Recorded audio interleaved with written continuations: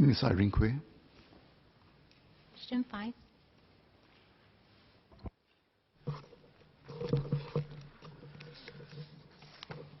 Mr. Speaker, doctors in our public healthcare institutions typically prescribe patients with standard drugs. Doctors may sometimes prescribe non-standard drugs in specific instances. For example, if the patient does not respond to treatment with standard drugs or cannot tolerate the effect of standard drugs commonly used for his or her condition. We currently do not have ready data on the percentage of non-standard drugs prescribed for patients on Medifund assistance versus those who are not. Overall, however, 85% of drugs prescribed in public healthcare institutions are standard drugs. This has been consistent over the last 5 years. Available data from our public hospitals do not suggest that there is a systemic difference in the percentage of non-standard drugs prescribed amongst subsidized patients.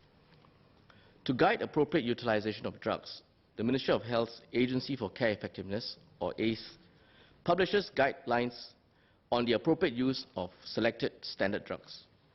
To encourage the use of standard drugs, they are included on a standard drug list, or SDL, as well as a medication assistance fund, MEF list, where subsidies are provided and patients receiving the drug should meet predefined clinical criteria.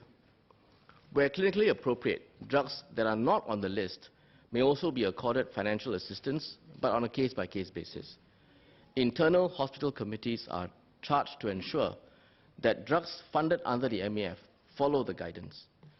In addition, Medifund provides additional subsidies to those who are facing financial difficulties, including for non-standard drugs, to ensure that they are affordable.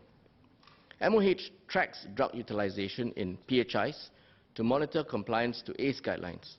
Each public healthcare institution also has governance in place to ensure appropriate drug utilization.